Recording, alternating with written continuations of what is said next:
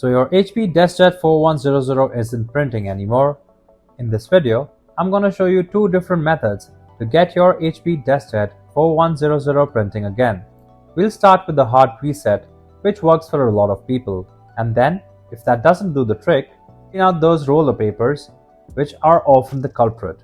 If you need extra help or run into other problems, just call the numbers on your screen. Otherwise, let's fix this thing. Before we start this step, we request you to join our YouTube channel and support us. You can be a part of our growing family where millions come together to learn, solve problems, and stay up to date. Method 1. Hard reset your HP printer. Make sure your HP DeskJet 4100 is powered on and grab some sheets of paper. Load them into paper feed tray at the back of the printer. Now, find the power button and the cancel button on your printer. Press and hold both of them for 15 seconds.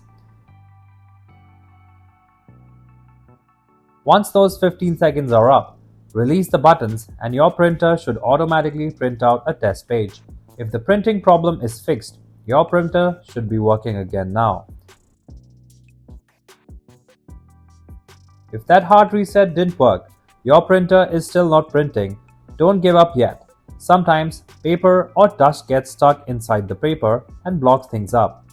Let me show you how to clean those rollers and get everything working smoothly again. Method 2. Clean your printer roller. Grab a screwdriver and carefully remove those screws from the front side of your printer. Once you've removed the front screws, flip your printer around and look at the back where the document feeder is. Unscrew those screws as well.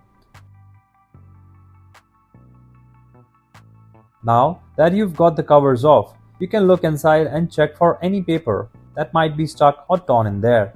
If you find any paper pieces, carefully pull them out.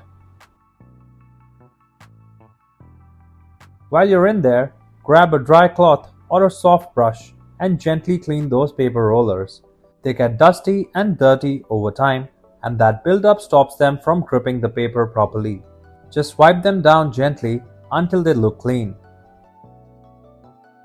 Once everything looks clean and in place inside, it's time to put your printer back together. Screw everything back on and the front and the back covers. Once done, check if your problem is fixed now. If you like our content, give us a like, and if you want to learn more, subscribe to our channel. You can also visit Printer Tales or call us on the following contact numbers. If you think we haven't covered your printer yet, you can let us know in the comments section.